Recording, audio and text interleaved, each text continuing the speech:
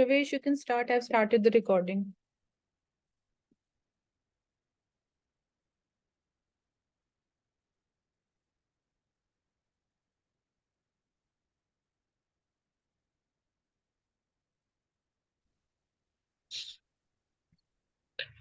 So, hello everyone in the second session of newspaper where we are taking the Indian Express and as we all know that Canada and India issue is going on. So, Canada recalls 41 diplomats and Trudeau says that India making life hard for millions. So, um, Delhi hits back and says that Canada continues to interfere in our internal affairs. And yesterday also we saw that how across India in various consulates offices, the peoples were sitting outside of the offices and were saying to open the visa services and to to not disrupt the visa services because um, lack of students are going, lack of workers are going, lack of employment opportunities have been created on both the sides. So the major cities are Chandigarh, Mumbai, Bangalore, which has seen a hurdle for the students who are not able to enroll for the winter session in the universities in the Canada. So now this is a matter of the government, what action they take and what are the further steps. So we need to keep a watch on them. And sprinklers, teams of monitors, and BMC wake ups to clear Mumbai dirty air. So, as we are seeing that how all the metropolitan cities across India are facing the wrath of pollution, and obviously the fossil fuels led vehicles, then construction activities, then um, industrial effluents and emissions. They are the major cause of concerns for these pollutions which are happening across various cities. So we have told a number of times and we have talked a number of times what are the immediate and the long term measures we can take, and the municipalities primarily needs to take into account the technical expertise from the environmental scientists and environmental engineers to incorporate into their strategies and management plans.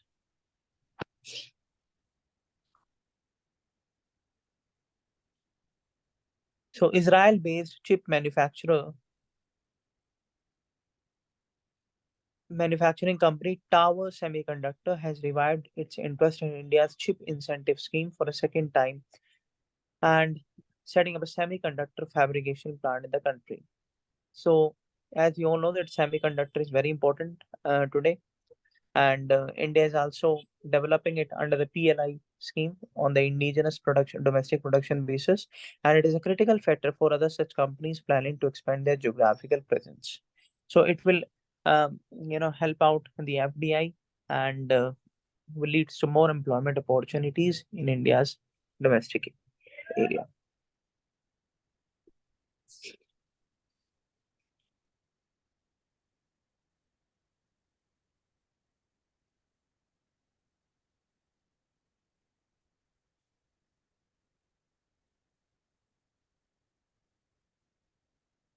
So only CNG, electric, and BS6 diesel buses to ply between Delhi and NCR.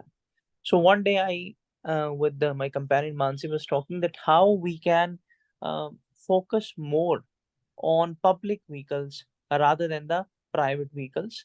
So along with that, even the uh, cross uh, intrastate and interstate commute of trucks and heavy vehicles happens, we should also try to use CNG vehicles in those electric and BS6 diesel trucks. um, you know Thousands of trucks comes into Delhi every morning for different reasons. Some come in mandis and in industrial areas, so we need to also ensure that they also run on CNG, electric, and BS6 diesel, because that is also a major cause of concern. And government of Haryana, Rajasthan, UP to implement an efficiency and environmental friendliness mechanism. We have a GRAP, which is initiative done by Supreme Court. That is a graded response action plan, and it is done annually during these time. So now premium buses get Kejriwal nod and bid to get upper middle class to use public transport. So here, what we can see that how the government is trying to focus on the people, um, who go out from their houses in their individual cars and that leads to a fossil fuels burning and pollution. So how they people will be um, you know allowed to commute in the public transportation when we are seeing that how the state of the art buses are coming, AC condition buses are coming, metro is coming. But yes, along with that, what we need to do is that in Delhi, though metro is considered as the lifeline of the Delhi, but the problem is it only saves time today. It do not gives you luxury. It do not gives you comfort. I think every second person, uh, who goes after 7 a.m. in the morning in the metro, he has to commute in a standing position. So the metro department and the government should try to you know have a solution in this, so that the people who really want to commute into the public transport and want to leave their individual transport, they can come and they can go with a comfort. See here, Pravesh, the point that you're highlighting is that our overcrowding in metro. So that is also, showing कि metro एक इतना sustainable तरीका हो गया है जिस पे लोग rely कर रहे हैं. तो as an option also, जैसे आप बोल रहे थे कि इसका solution आना चाहिए, तो solution के तौर पे ही even government is trying कि upper middle class को कैसे public जो बाकी buses का जो transport है, buses को भी कैसे use करे, so that again जो overcrowding even metros में हो रही है वो भी solve हो सके. I think on the roads we cannot actually do unless and until we have a traffic management plan in synchronization with the traffic police department. Because what is the problem is in not in Delhi specifically, but in the Delhi NCR region, is that there is a lot of traffic. We have food vendors standing on the road. We have vegetables vendors standing on the roads. Then we have the markets. Then we have the illegal parking facilities. So how we can ensure that the upper middle class will go and travel in the public transport, because he needs to save time, he needs comfort, and he needs the full facilities. So unless and until you do not provide all overall things, I don't think that just having this plan that we will bring buses, so this is going to work out. Because most important thing why people loves metro rather than bus is just to save the time. So even in buses also, if people would be, going ahead with even carpooling also, if they'll be using more the public transportation in the form of the government run buses, तो जो traffic problem है वो automatically solve हो जाएगी, because जो आपने reasons दिए in terms of कि street vendors खड़े रहते हैं, illegal, parking proper areas allocated नहीं है, तो वो that is because of the high number of private vehicles. तो अगर लोग private vehicles कम use करेंगे, obviously it would be meaning they would be using more of public transportation. तो जो मेन ट्रैफिक प्रॉब्लम है वो अपने आप सॉल्व हो जाएगी, एंड जो टाइम प्रॉब्लम है वो automatically that would be a result of that also. Okay, so let me share a report of Delhi government. uh, According to a report, I am not able to recite the exact name. Uh, the major problem of traffic on the roads of Delhi is because of food vendors, vegetable vendors, rickshaws, e-rickshaws, illegal parkings. And what you are saying, na, illegal parking is happening because people have number of cars. It is not so. Illegal parking is happening because the parking facilities have not been provided by the proper authorities, right? And that is why people come and they park their car in the illegal area and they go out and then come back. So these are the authoritative reasons which I am giving. These are not my personal reasons. And along with that, in 2021 there was a tragedy which there was a tragedy, I will say. There was a tragedy which happened that uh, a bus driver, a government bus driver, overran the bus over a old lady because he was not able to find out a way, because there were number of vendors, vegetable vendors, food vendors. So these are you know real cause problems which have been cited by the government, and we should work out on them. Yes, these reasons are valid specifically in old Delhi regions. But when we talk about even, central Delhi or South Delhi, so there we do not have such kind of sites कि, streets पे vendors खड़े हुए हैं. I agree कि ई-रिक्शास और ये सब भी प्रॉब्लम है, क्राउडिंग हो रही है उसकी वजह से, बट अगेन जो मेन इंटेंशन ऑब्जेक्टिव है कहीं ना कहीं ये भी है कि प्राइवेट व्हीकल का यूसेज कम होना चाहिए. तो उसके लिए ultimately government is even trying to attract upper middle class to use the public transportation also. So there are Yeah, and that one solution is also that pooling. We can carpooling also be done. But again, that is also having problem. One doesn't want to go with someone, and one doesn't want to go with someone. So that is a very tricky thing to do.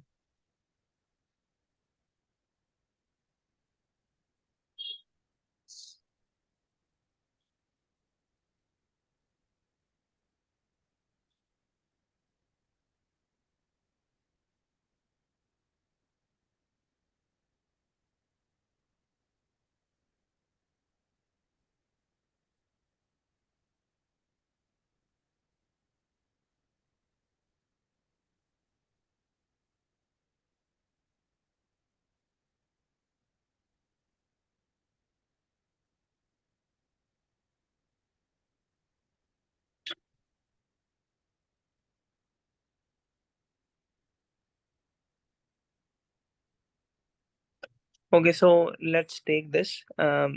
Free speech is a whole thing and the whole ball game. Free speech is life itself. So this is a very general quote, so everyone can comprehend this. That what the Salman Rushdie wants to say, that free speech is very integral component of a man, and that differentiates a man from animal and other social beings, So and I that think should be one respected. one point that I would be majorly focusing upon in the interpretation of this quotation would be, as it appears that it's very simple. We need to also ensure and balance key free speech is important. It is a fundamental right, but at the same time, there is importance of reasonable restrictions. Also, we need to ensure key free speech, hate speech may convert now, because there's a very thin line between that. So these would be certain elements that I would be also focusing upon, apart from, supporting की free speech कितनी important है, fundamental right है, the basic nuances around it. Yeah, like I was talking very generally, but yeah, I agree with your point of view also. So Middle East, middle ground, and India should not conflate Israel with Netanyahu must strengthen Palestinian Authority against Hamas. So what Mr. C. Rajamohan wants to say is that if there was one big idea that captured the essence of independent India's early thinking on the Middle East, it was the presence of regions, modern secular nationalists. Delhi was comfortable with the religious forces in the Middle East. The division between secular republics and conservative monarchies was too simplistic. पिछले कुछ सालों में हमने देखा कि India ने किस तरीके से अरब अरब जो मॉडरेट्स हैं उनके साथ इंडिया आया है और इसराइल के साथ ये फैसिलिटेट हुआ है जब हमारे इंटरेस्ट कन्वर्ज हुए, एक्सपेंड एंगेजमेंट्स हुई अरब मॉडरेट्स के साथ और इसराइल के साथ, और हम किस तरीके से एक वैल्यूएबल पार्टनर बन पाए हैं रिलीजियस एक्सट्रीमिज्म को खत्म करने में, और इंडिया इकोनॉमिक मॉडर्नाइजेशन और एक्सपेंडिंग सिक्योरिटी फुटप्रिंट भी इस रीजन में काफी हद तक बढ़ गया है। लेकिन अगर हम बात करें तो हॉरिफिक ब्लड लेटिंग जो हुई है साउदर्न इजराइल एंड गाजा में ओवर द लास्ट 2 वीक्स, इसने इंडिया के रिसेंट गेन्स के ऊपर एक सवाल कहीं ना कहीं उठाया है। तो चैलेंज है इंडियन पॉलिसी के लिए कि किस तरीके से इस करंट क्राइसिस को तोड़ा जाए ताकि एक कोलिशन क्रिएट हो अरब मॉडरेट्स और इसराइल के बीच में पहले की तरह। अब इसमें 3 इंपेरेटिव्स स्टैंड आउट करते हैं। पहला तो यह कि ग्रेटर मॉडरेशन इसराइल में बढ़ाया जाए, and obviously our Prime Minister Modi was right in expressing solidarity with Israel in the wake of horrendous terror attack, जो हमारी इंडिया की हमेशा टेंडेंसी भी रही है कि whenever someone is in grave conditions, we obviously offer a helping hand. So Delhi must caution Tel Aviv against allowing its request for retribution to overwhelm the need for careful assessment to eliminate Hamas. It is unlikely कि जो Hamas है and violent religious extremism है, it espouses can be defeated, let alone destroyed. 2 military means, तो खाली military means से तो इसको खत्म नहीं किया जा सकता है।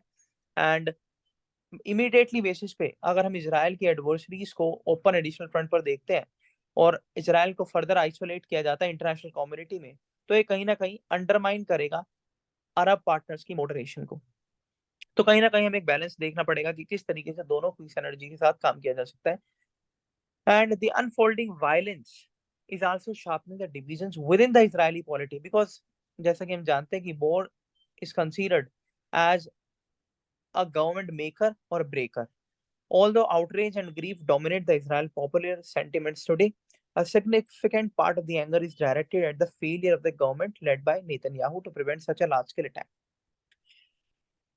अब ये सारी चीजें हम एक सेकंड इंपरेटिव पे लाकर खड़ा कर देती हैं, वो है कि किस तरीके से स्ट्रेंथन किया जाए moderate voice of Palestinian authority against Hamas. हमें ये भी कोशिश करनी है कि इसराइल और हमास के बीच जो इश्यूज है वो क्रिएट ना हो, लेकिन साथ ही साथ हमें ये भी देखना है कि पैलेस्टीनियन अथॉरिटी जो है वो भी कहीं ना कहीं मॉडरेट हो हमास के खिलाफ। In India, the widespread and enduring political support for the Palestinian cause is not matched by the recognition and the massive divergence between the Palestinian Authority and Hamas. अगर हम पैलेस्टीनियन अथॉरिटी की बात करें तो ये ethnic nationalism के tradition पे चली है और मॉडर्न आउटलुक भी है बनाती है एक स्टेट बिल्डिंग का, because it always supported independent state, and Hamas represent a religious nationalism and wants to impose Islamic law in the Palestine. So the issue of Palestine is not just with Israel, it is not just with Israel, it is also with the Hamas, because the internal matters speak something else. Hamas का अगर हम rise देखें तो it is a consequence of Israel's persistent effort to undermine the Palestinian Authority. A weakened authority lost to Hamas in the Gaza Strip in 2007, and any strategy to counter Hamas must restore the political salience of the authority. और उसके लिए कहीं ना कहीं हमें Palestinian authority को recognition देनी पड़ेगी, ऐसा सी राजन मोहन बोल रहे हैं. थर्ड इंपेरेटिव वो बताते हैं कि किस तरीके से रिकॉग्निशन करना चाहिए रीजनल एम्बिशंस का Iran and Turkey. Iran support करता है हमास को, हिजबुल्लाह को, एंड टर्की सपोर्ट करता है मुस्लिम ब्रदरहुड को, although dressed up in the ideology of Islamic solidarity. So what we can draw here is that how in the name of Islamic solidarity the whole Islamic community is somewhat divided on various sections and various factions. अगर हम जम्मू कश्मीर की बात करें तो India is also receiving end of Turkey's Islamic internationalism under the leadership of mister Erdogan. लेकिन India की policy ना तो और ना ही उसका डिस्कोर्स मिडिल ईस्ट पे एंगेज करता है ईरान का disruptive role in the Arab world. Delhi के गुड रीजंस है to develop a productive bilateral relation with Tehran as a major regional power, और हमारा नेबर भी है, blind eye to Iran destabilisation of the Arab neighbours. India has much to lose if the current crisis in Gaza explodes into wider regional war, because definitely it's going to impact the, uh, you know, the domestic elections which are coming, the general elections which are coming in 2024, and the triumph of violent religious extremism and the weakening of moderate regimes will have security and political consequences for India. Strengthening moderates in Israel and Palestine, supporting reconciliation between them, promoting a wider coalition of moderate states is critical for India's long-term prospects in the Middle East. So these last four lines are actually the culmination of the entire editorial, which are providing a way forward कि हमें किस तरीके से moderate stand लेना पड़ेगा Israel और Palestine के कोज में, किस तरीके से हम reconciliation करा सकते हैं और एक वाइडर कोलिशन इनके बीच में बनवा सकते हैं ताकि इंडिया का लॉन्ग टर्म मिडिल ईस्ट में सर्व हो. So Mansi, if you would like to have any question or you want to say something. No, nothing. Okay.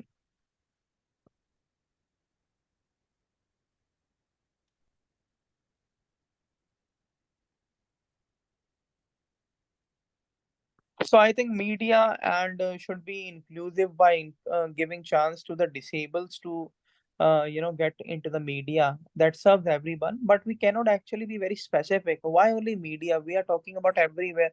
So the PWDs and the vulnerable, especially the disabled, should be allowed everywhere. And we have, reservation. We have institutional arrangements for them.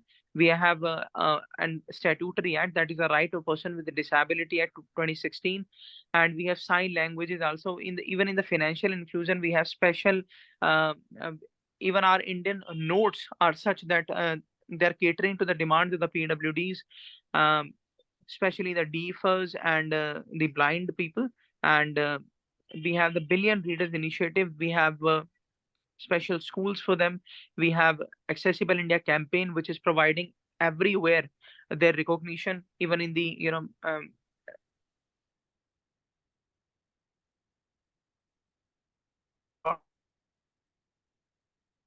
some more things. For an example, in the um, you know in the criminal justice system, also in the police department, in the judges, uh, at the at the district level, we should also include the disabled to serve.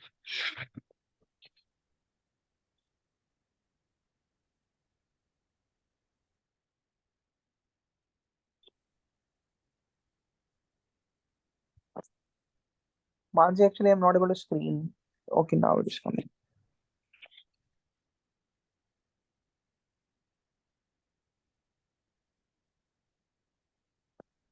Okay, so we can take this a green finance challenge, an agenda to unlock private funding for the people and the planet. So what the author is saying that transforming the international financial systems to better support sustainable development is a challenge.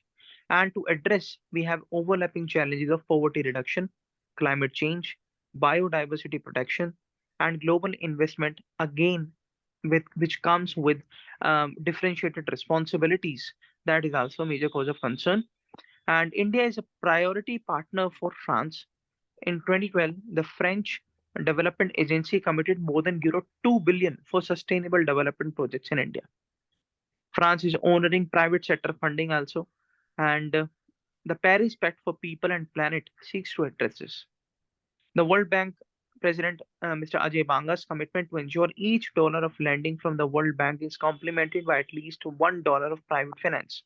So what we are focusing today is the private finance towards green economy and green, sustainable growth. It is time to review the 2008 financial regulations with respect to its unintended impact on the mobilization of OECD savings towards non-OECD countries. In a nutshell, we need more simplicity, consistency, rule book, global perception of global investors to fund sustainable projects in the developing countries, and obviously we have various mechanisms to support the underdeveloped and developing countries, especially in the regard of climate change.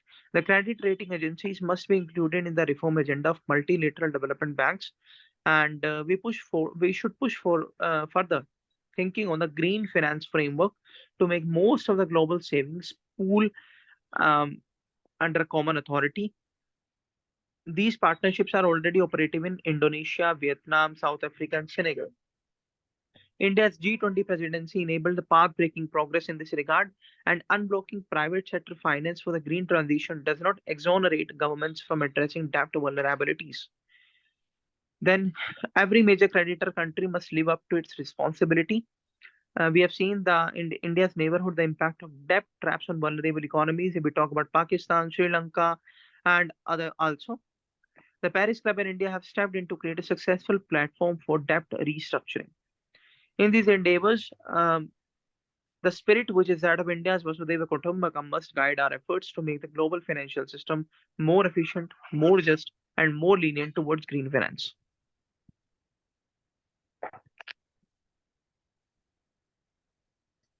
So once it's done, you can scroll.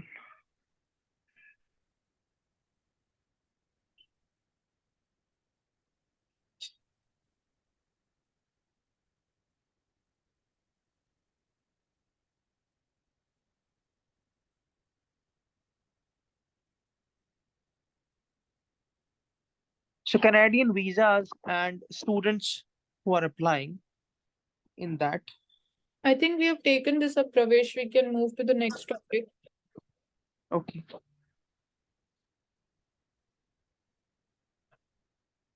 So astronomers detect 8 billion years old fast radio burst. So ये होता क्या, ये देखते हैं.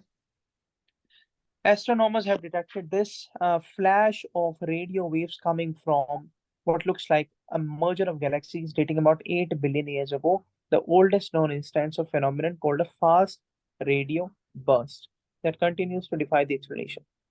ये burst जो है ये बहुत ही कम समय में हो जाता है, that is less than millisecond, unleash the amount of energy our sun emits in 3 decades.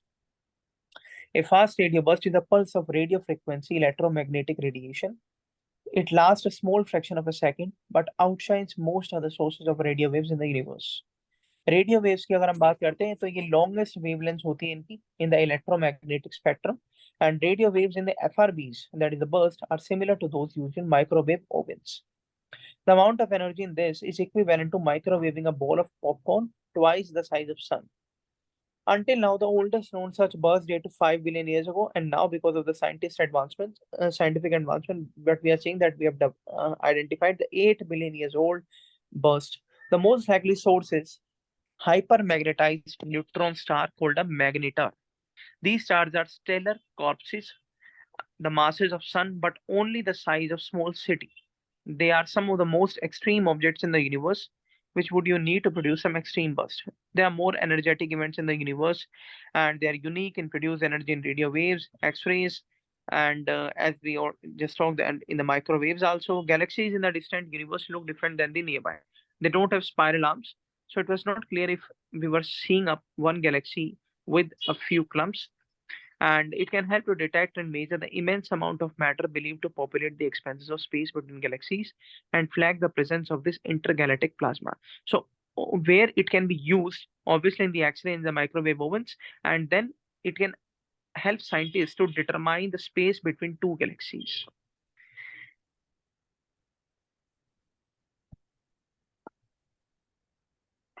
So, I think done, Mansi. Yes, let's just see if anything else is also left. Okay. So this is our rate cuts we have done.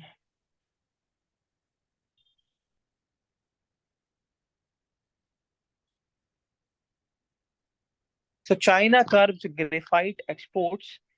So we have to see that how it is gonna impact the India's graphite reserves, and whether we are self-sufficient in the graphite or we import it from China or from any other country. And graphite is a key part of batteries in the electric vehicles, and China is the world's top producer. The top buyers are these countries along with India. So the question comes into the picture that how the India is gonna meet its demand. The average quantity of graphite used in an EV battery pack for anodes, the battery negative electrodes, graphite is the largest EV battery component by weight. 60% global supplies naturally China से आती हैं. 90% जो world की graphite refinery है वो देख रहे हैं मटेरियल यूज करती है ईवी बैटरी एनोड्स में, and 250% the level by which the battery and use market for graphite is sold globally since 2018. So again, we have to take into account that how we are going to meet the graphite's need when the China has curbed it out. So herein we are seeing that even countries are realizing that over dependence upon one country is going to be a kind of, it creates a risky situation. This was again one of the important lessons out of the COVID-19 experience. So under that we are seeing that under the China plus one strategies, countries are diversifying the to different countries, specifically in the southeastern Asia. Okay, so Manse, can you give any name apart from China, which country is able Like to provide the? it in Vietnam, in India. So these are some of the other, you can say, sustainable alternatives which are attracting different companies. So No, but India is itself a buyer na from China. It is written. no, I'm saying that different companies, even who are located in just China, even they are trying to shift their bases out to different countries. Okay, so what could be the reason of that?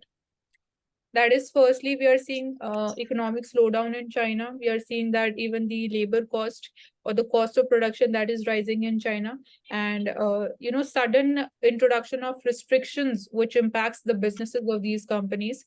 So that these are some of the concerns which are associated, which are leading to the companies shifting to different countries. So herein, we are seeing that companies, they're trying to move towards India and to Vietnam, to other countries also, like Mauritius also. So that is again happening under the China plus one strategy on the whole. Okay, so I think one or more reason would be that the rationalization of laws are much better in India as compared to China, labor codes, and obviously the liberalized economy rather than the centralized economy, which lies in China. And again, the strong macroeconomic fundamental also, given the current challenging global times under which we are seeing Indian economy's resilient performance, we see that India is one of the bright spots globally. Okay. So I think now we are done. Okay. So thank you so much, and we'll meet you tomorrow. Stay with us and keep watching. Thank you.